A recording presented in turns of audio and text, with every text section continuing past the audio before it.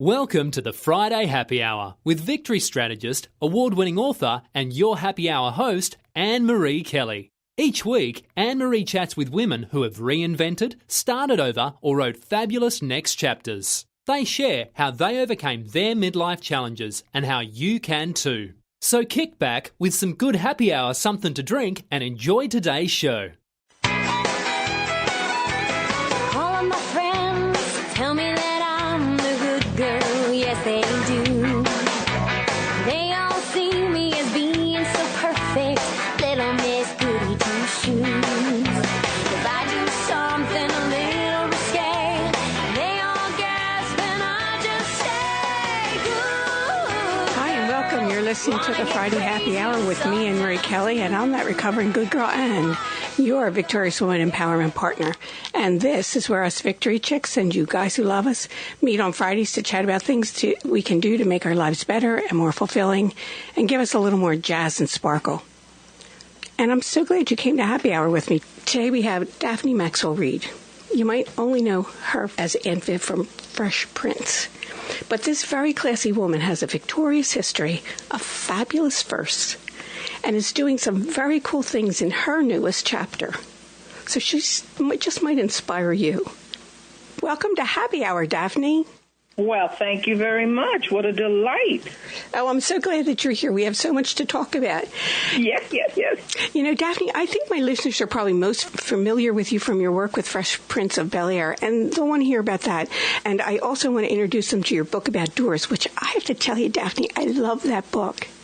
Excellent. And your cookbook. But first, I want to talk about some of your history because you have what I would call a victorious woman kind of history. Yeah, I've done a lot of first things. You have. Well, It's only because I was in the right place at the right time. See, that's probably true, but then you made the most of it. Oh, yeah. Take advantage of most opportunities. Yeah. So you were studying at Northwestern University, and you became an activist. Could you tell my listeners what happened? I thought I think the story is interesting, but I think what your mother said to you was the best.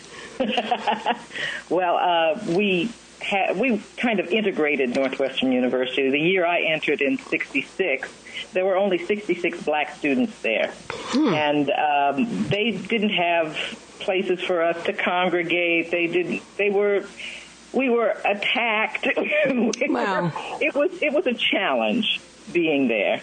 But it was time to ask them to make some concessions. Mm-hmm. And we had been through a couple of rounds. The leadership of the Black Student Union had been through a couple of rounds with the university, and they had not responded to our request. So we said, okay, 'tis time. Mm-hmm. And the leadership decided to do a building takeover and to kind of shut the university down. And we had about 100 students there that year, because it was my sophomore year. And we were told, I guess you would call the army of us were told, be at a certain place early in the morning and just line up and wait for instructions. That's all we knew. And we were compliant because we were eager for some changes at Northwestern. And we marched over to the bursar's office, which is where all the money was kept and where all the business was done, because in those days there was one computer on campus, and it was there. And there was a diversion at a different building. 2 people were sent out as a diversion, and all of the police congregated to that building. They were rushing over to see what was going on over there, as well as the guard of the bursar's office. He came from his post and was looking to see what all the noise was about, because they had heard that we were going to do something, so there were a lot of campus security. But they were at the wrong place. Huh. And while they were being diverted, we were given the signal, and we all, 100 of us, entered the bursar's office and put a chain lock on the door. Wow. And we were in there for 38 hours while the people who were kind of guiding us, they were graduate students and upperclassmen who were doing the negotiating. And until they came and said it was time to leave, we were in there. And I felt it was a wonderful opportunity to just make a change, and a change was needed. But everybody had to, of course, call their parents. It didn't cross my mind that I could have been kicked out of school or anything like that. I've always been a free spirit, and my mother was very much involved in community activism. So I called her from the building. I said, Mom, we took over the bursar's office, and we're in here. And she said, oh, okay, let me know if you need bail money. And that was all she said. I mean, some of the students' parents said, if you don't get out of there, I'm coming up there to get you. That's what my father would have said. He was like, get the hell out of there. Yeah. Right? My mom just said, okay. Whatever you need, let me know. Daphne, I was thinking about that, and I thought that was not just supportive; it was really bold. So it was bold, yeah, but it didn't seem bold at the time because there was a lot of activism. It was a very volatile time anyway. Martin Luther King had just been shot. Bobby Kennedy had been shot. It was a time of people standing up and saying, "This has got to stop." And we decided that the racism at Northwestern had to stop, and some concessions really needed to be made. So we went about doing it. Daphne, in my monologue, I was talking about going to Gettysburg, and when this happened in your life, it was about 100 years after the end of the Civil War. Doesn't that sort of amaze you? It's sad, is what it is. Yeah. It's very sad that we still have to fight the same battle that I fought. And I'm up there in years. It was 50 years ago that we did that takeover. And I'm very annoyed that we have to keep teaching the same lesson to people, that people are people. Get over it. Yeah, and I had an interesting conversation with one of my spouse's alums last week, and he grew up in a school for veterans' children, and it was, it was integrated. It was and my spouse never noticed, to him it was just, these were the people he lived with for, 15 years, or not 15 years, like 10, 12 years. And I was talking to one of his classmates, and he said, I never experienced racism while I was here at Scotland. He said, but it's in more recent years that I've started to notice it with my alums. And I said, well, how could that be? If it didn't for 30 years, didn't matter. And he didn't have a good answer, and neither did I. We couldn't figure it out.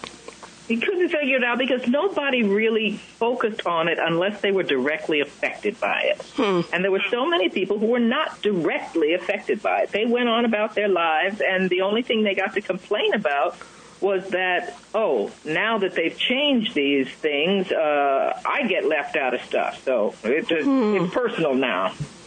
Yeah, and see, where my spouse went to school, it had been a military school, had recently changed, but they all hated it. So, and it was still a little bit under a military thing, but there was, everybody was treated the same no matter what. So it didn't matter what race or gender, it didn't matter. Right. And that's how I grew up, because I grew up in New York City. And nobody called me the N-word till I got to Northwestern. I go, what are you talking about? Yeah. And I was not offended by it. It didn't bother me. I felt sad for the poor girl because she was that ignorant. And I said, okay, I'm not here to teach. And I got a room of my own.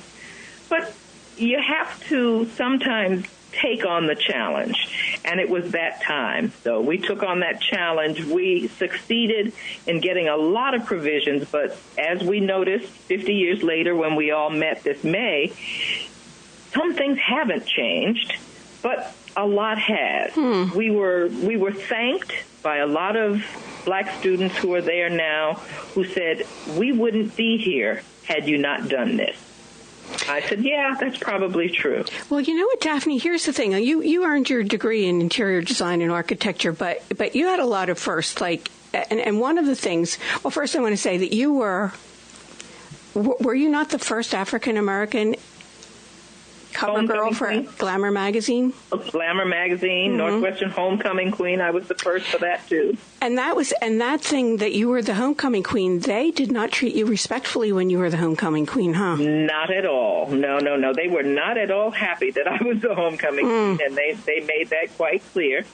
But as I say, my community knew that I was, and the Jet magazine, Ebony magazine, the Amsterdam News, all the news coverage that my community paid attention to was there for me and celebrated my success.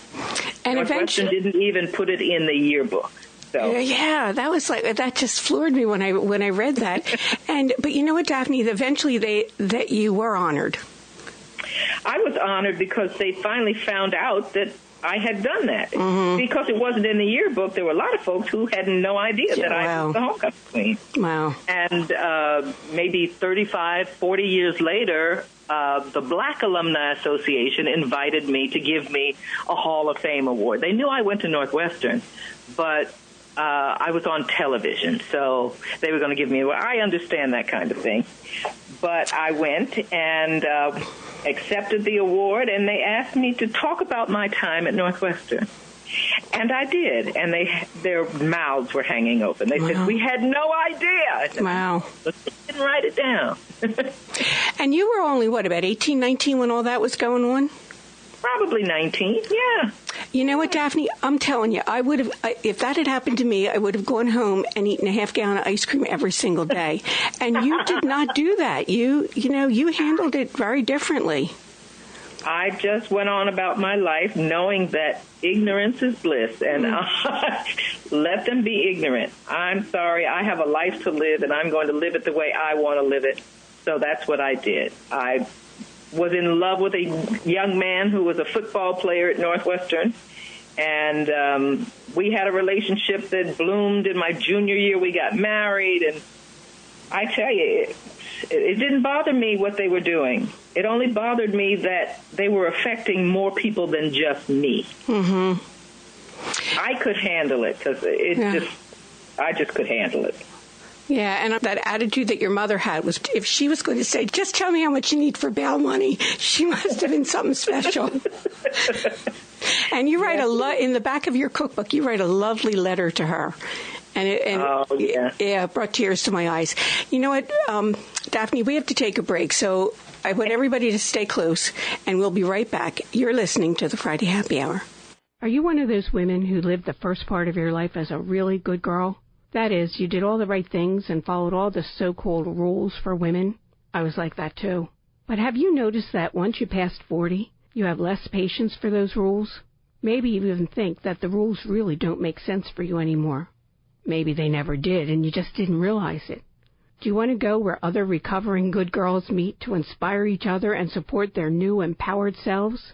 Then join me, Anne-Marie Kelly, and some very fabulous victorious women. We're on Facebook at the Victorious Woman Project. So go to facebook.com/Victorious Woman Project. I'll talk to you there.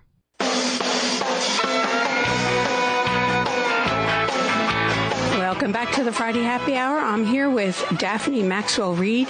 And Daphne, we were talking about when you were at Northwestern, and around that time, you were also named one of the 14 most beautiful women in the world. Now, first of all, what a statement can be. I was honored. I didn't see how they figured that out, but well, you are beautiful, but to be one of the 14 most beautiful in the world. I was thrilled, honey. Yeah. I'm not going to say otherwise. That was a delight for me. But it was really something for the late 60s. Up there in the yeah. Yeah. All the icons of that day. One day. I'm sorry?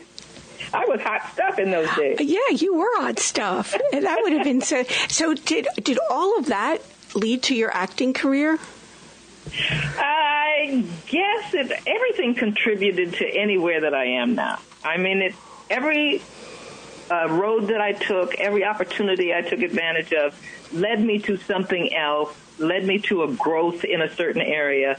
And I have to say that I didn't plan any of it.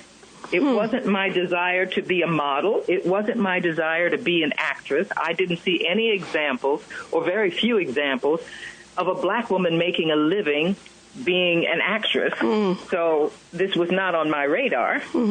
But the opportunity arose, and they said, well, we want you to come and smile. I said, well, I can do that, and you're going to pay me to do that? Oh, of course, I'll come play. Yeah, that's a good thing. So that's how I got to doing the modeling, and the cover happened. It was just another photo shoot. It took maybe about 10 minutes, and I flew into New York from school. And I had a wonderful woman who was kind of my mentor in New York.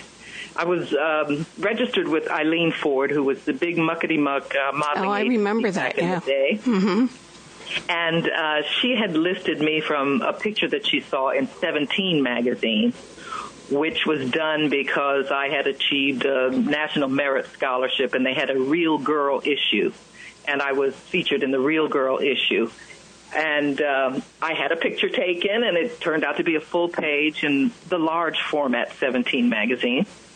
And she said, come sign with me. I said, okay. But I was in school, so this was not a career I was aiming for.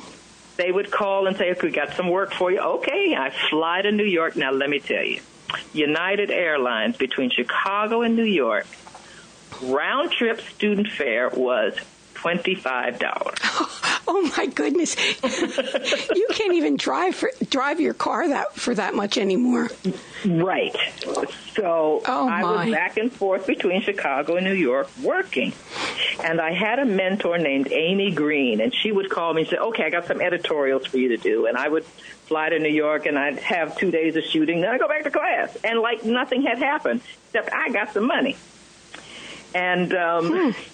She called me one day and she said, okay, come in. And I went in, and I had a clean face and clean hair. And she said, pull your hair over to the side, just put some mascara on and some lip gloss and in this jacket, and just sit on the wall. Sit on the window over here. Okay. So I did. Sat there. He might have taken, 25 pictures. Took all of about 10 minutes. Then she said, okay, go back to school. And I'm walking along the street a couple of months later, and I see at the newsstand I'm on the cover of Glamour magazine. Isn't that something? I was floored. I would have been too. That was how my life was progressing, not by my earnest desires to do things. It was by my riding the wave of my karma, I guess you would say. It was what I was to be doing. So I went along, and I made sure that every opportunity I got, I learned something from it, either behind the scenes, in front of the scenes, what somebody else was doing, so that I'm prepared for any other opportunity that might come up. Yeah, and you know what, Daphne, sometimes I think that some younger people don't really get that. It's like if it's not what they want, then it's like not as good as, instead of saying, wait a minute, I can learn something here. Do you know what I mean? And you have to learn along the way, because you have to fail. You have to fail to know what not to do as well.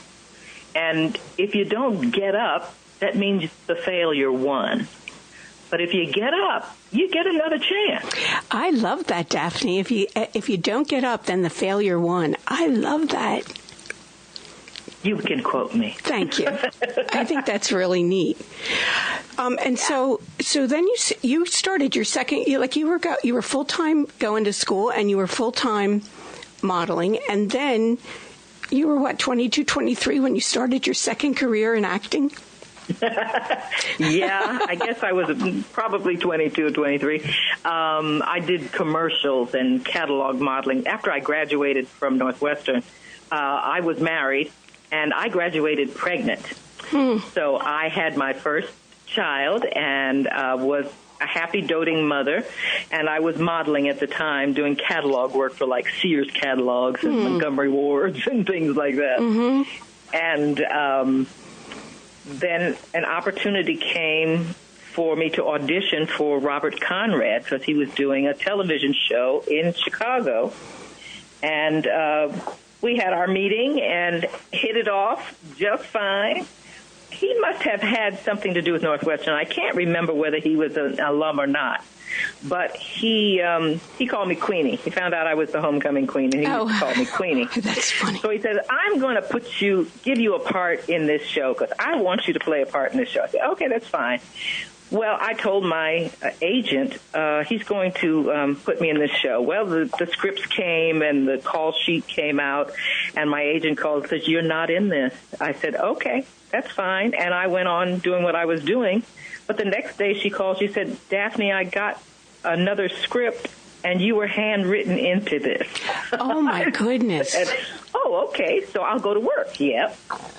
And I worked with Robert Conrad for at least half of the shows that he did in Chicago. Wow.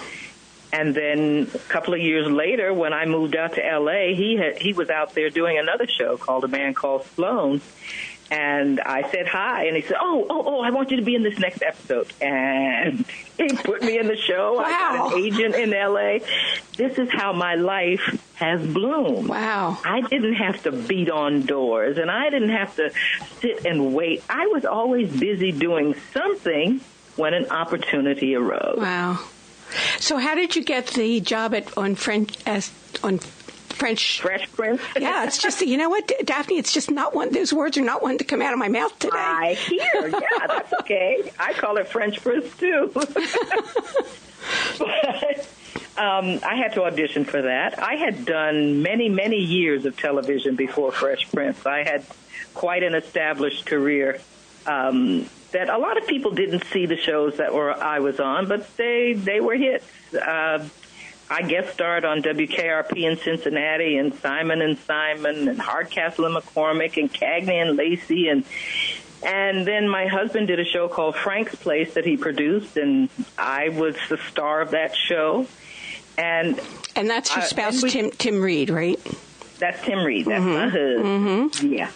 And then we kind of took a break because we had worked so hard. We did another show called Snooped after Frank's Place. Huh. And then we did a talk show. We did 72 hours of a talk show that we were kind of auditioning for. And we were ready to just sit down for a minute. And they asked me to audition for some show. Oh, well, it's going to star a rapper. I'm going, no, thank you very much. I am not doing that. And we bought a farm in Virginia and moved. And I turned the TV on that fall and saw The Fresh Prince of Bel-Air. And I said, what a cute show. Boy, I missed that one. So 3 years later, I'm still at the farm. I had done a couple of other shows in between, but just as a guest star. And they called and said, we're having a casting for the Aunt Vivian part on Fresh Prince. I said, I'll be there. And it took 2 weeks, and I was up against at least 200 other women. But James Avery, the guy who played my husband, and I hit it off immediately during the auditions. I absolutely adore that man. Yeah, you had good chemistry. Oh, it was. Yeah. And it was in real life as well. He and his wife and Tim and I have traveled together. We just had a ball. He was just such a wonderful guy. And I finally got the part, and I was happier than they were, I'm sure. But they received me as if I had been there the whole time. Nice. And you know, they never really explained how Aunt Viv looked different. I think right. the only thing was you like saw that episode. Yeah, like you came back. In fact, I just watched it. It was someplace on YouTube or something, and didn't you, like, you came in with the baby and didn't Will Smith say, "Oh, Aunt Viv, you look different since you had the baby," or something like that? It was Jazzy something like Jeff. that. His friend Jazzy Jeff came in with a gift. That's right. And he says, "Oh, this is for little Dickie." I said, "His name is Nicky." And he says, "You know, you sure look different since you had that baby." And Will Smith turned and broke the fourth wall and looked dead into the camera and just shrugged. And that was all that was said about it. I thought it was brilliant. And as I said, I just watched it recently, and it was very cleverly done. Yep. And but you faced a lot of, that was hard coming in after somebody was already established, and you faced a lot of backlash with that. Nah, it really? wasn't hard. I just went to work. I didn't know the woman. I still have never met the woman. Wow. And they didn't say anything disparaging about it. It was like she had done her job and she's gone, and now we're moving on. That's a wonderful, Daphne. I love that. It's like, well, it's, whatever happened in the past, it has nothing to do with me, and I'm moving forward. It has nothing to do with me. Yeah. I got a job, and I'm happy. Now, everyone on that show was so likable, Daphne, but and last year, and unfortunately James Avery passed away, but the rest of you had a reunion last year. What was that like? It was wonderful. We've all been in touch in one way or another. I mean, they all went to Will and Jada's wedding, and I was out of town, so I couldn't go, and babies being born, and we went to Karen Parsons' wedding, and went to Alfonso's wedding, and half of us went to Tatiana's wedding. It's been always a group family. Everybody's welcome because we all really, really got along well and are proud of all the things that each of us does. And it's always been that way. And I tell you, Avery's wife and I are very good friends. We've traveled together since Avery died. Oh, that's really nice. I mean, friends are friends, and I don't take on friends lightly because it takes some effort to be a friend. Yeah, you're right. Yeah, I'm the same way, Daphne. And people say you have to be a good friend to have a good friend, but that takes a lot of energy. It does. It takes a commitment, whether you want to be a friend or not. That's right. But the reunion we had last year we were trying to pin Will down. He was so darn busy that it took about a year for us to get our calendars together. Wow. And they finally got a date. I said, I'll be there. So I flew out to L.A. for that. And we had a wonderful long afternoon together in a restaurant. And it was just so wonderful to see how everybody has bloomed. We got to see Tatiana's new baby and Karen's project that she's doing. We just celebrate all of us. That's neat. We always do. Daphne, we have to take another break, but when we come back, I want to talk about doors. Okay. I want to talk about all your doors books because they fascinate me. So everybody stay close, and we'll be right back. You're listening to the Friday Happy Hour. Hi, this is Anne Marie Kelly, author, victory strategist, and the radio show host of the Friday Happy Hour. I trust you're enjoying my conversation with this fabulous, victorious woman. If you're getting inspired with ideas and feeling empowered, this is just the tip of the iceberg. There's more for you. Tips, downloads, resources at the Victorious Woman Project. Go to victoriouswoman.com and look around and get on my mailing list so you can be the first to know about the newest good things I have for you. That's www.victoriouswoman.com. Welcome back to the Friday Happy Hour. I'm Anne Marie Kelly, and I'm here with Daphne Maxwell Reid, and I have the first of your 4 doors books. And it has a red cover on it? It has a red door. Mm-hmm. Yeah. And I have a thing about churches, so that's why I was so fascinated with your doors books. And why doors? I graduated from Northwestern with a degree in interior design and architecture. Mm-hmm. And I like details. And what draws me to doors, what initially drew me to doors was the craftsmanship and the color and the texture of doors.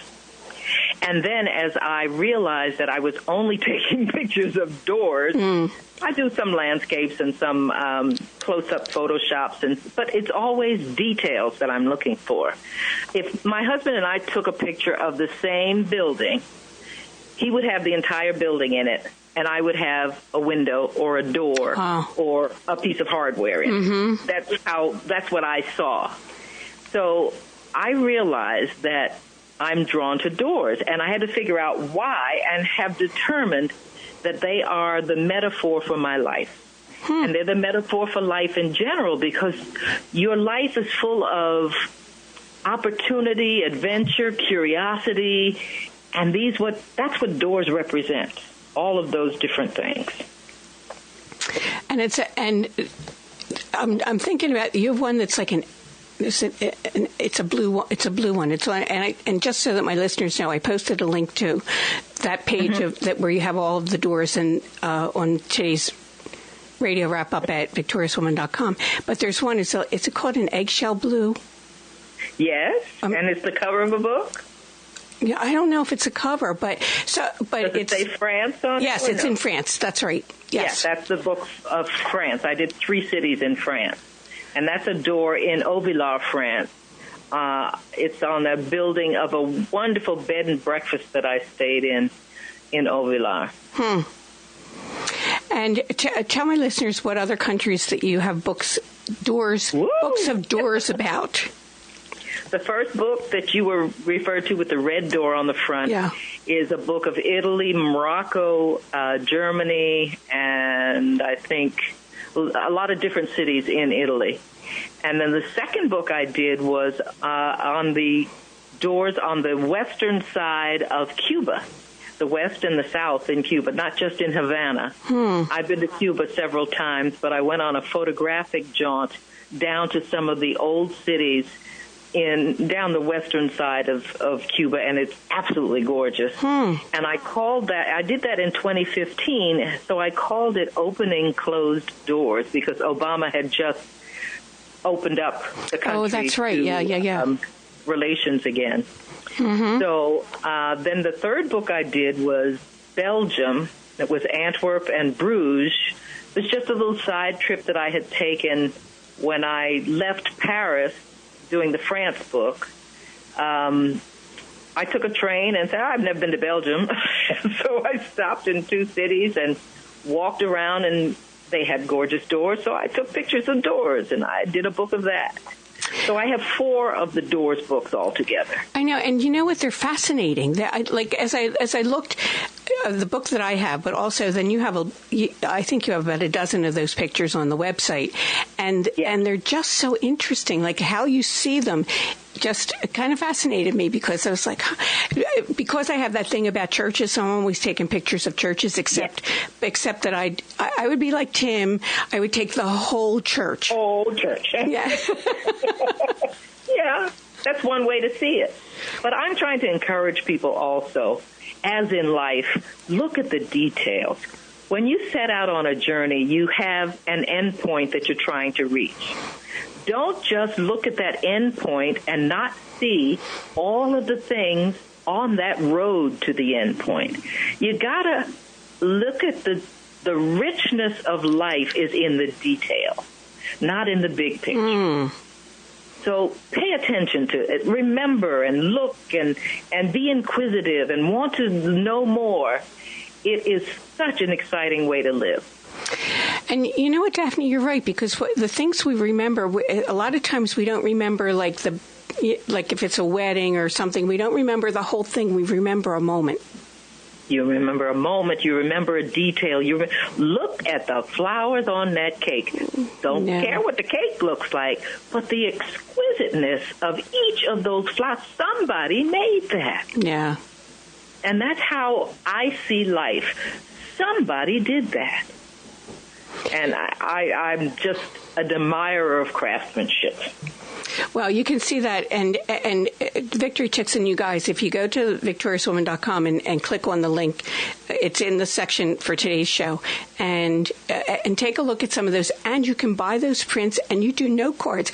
And the reason I'm pointing that out, Daphne, is because so many of my listeners have traveled so much, and then they have the pictures, but you really did a lot with your pictures for friends. Yeah, you really did good with the prints and the note cards. I like that idea. Well, I always like to monetize the gifts that I've been given. And God gave me a lot of different gifts. He gave me a lot of talents and wonderful things. I have to manifest these gifts, and then I have to monetize. so that I can continue to honor the gifts that I have. That's a really interesting way to think about that, because you know what, Daphne, I don't think a lot of women think about monetizing their work. A lot of people are not taught that art is something that is of value. It's just something to look at. But the value of art is in what it inspires people to do and how it inspires them to feel. And arts build communities. When you see a new community getting started, it's usually around art galleries. It's around some place where people can gather and exchange ideas. And art is one way to do that. And I agree. I think that's and how you have channeled that is really beautiful. Thank you. I've had a wonderful journey with that, and we'll continue to do that. I got Sicily coming up this year. Oh, nice. Oh, that's well, we don't consider that Italy. Those of us who have ancestors who came from Italy, I have an Italian background, but my cousins, who my uncle his family was from Sicily. Everybody's really clear that Sicily and Italy are two different countries. That's fine. I don't have to do the politics over there. I'm just looking for their doors. Yep, that's a good thing. So now listen, Daphne, the other thing is your cookbook, Grace, Soul, and Mother Wit. Why did you write it? I wrote it because I've been collecting these recipes for 35 years. And my husband and I used to give a version of this cookbook out as Christmas presents every year because they were recipes from the people we worked with and our family and what we liked to cook. And finally, I said, I have got to get this cookbook off of my computer. I have been dragging this around, not figuring out how I wanted to present it in order to publish it. Finally, people kept saying, why don't you write a memoir?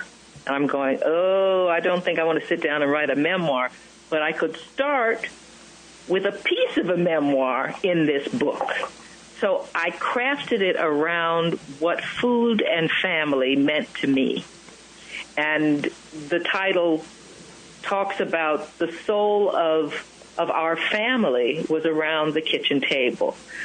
And grace was what you say when you sit down to a table, but it's also my mother was just one of the most graceful women that I know. And mother wit is something you're either born with or you don't have. And having a lot of hints will give you a little more mother wit. So I put a lot of hints in it. And you did. And you know what? You even included remedies. Yes. I love those. I thought, I have to try some of them sometimes. But they work. I had really good intentions of making that sweet potato pie before today, but I had all the ingredients except for the yams. But that recipe, but I will be making that recipe but the other one that I really am interested in is Georgia's tamale pie. Yes, that's huge. You got to have a party for that pie. Well, you know what I was thinking? I was thinking I would make it once and then have 4 dinners. Yeah. Yeah, so I could freeze it, yeah. George used to do that for our wrap parties. He was one of the, I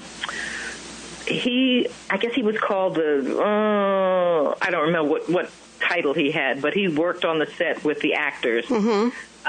And for each of the wrap parties that we had on Sister Sister or any of the shows that we did and he was part of, he brought this huge tamale pie.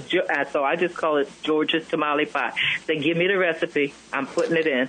I know. I can't wait to make it because it looks really good. And I thought it's a good one for a covered dish. But in my case, it would be a good one to have so that, when I'm too tired to cook at night, I can just take it out of the freezer.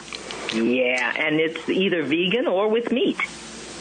Oh, yeah, I would put meat in. Yeah. Yeah, good. You and me both.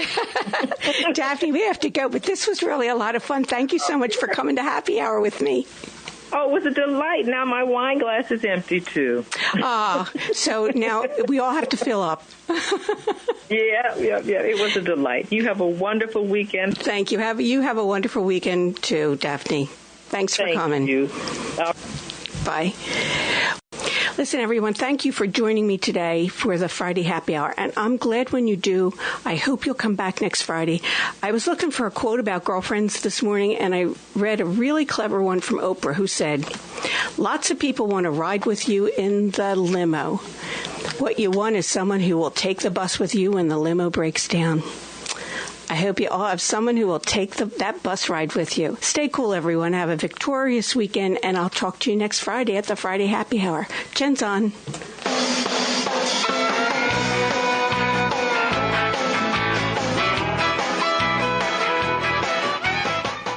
Thanks for listening to this Friday Happy Hour. Make sure you subscribe, rate and review today's show. And join us again next week for the Friday Happy Hour with Anne-Marie Kelly.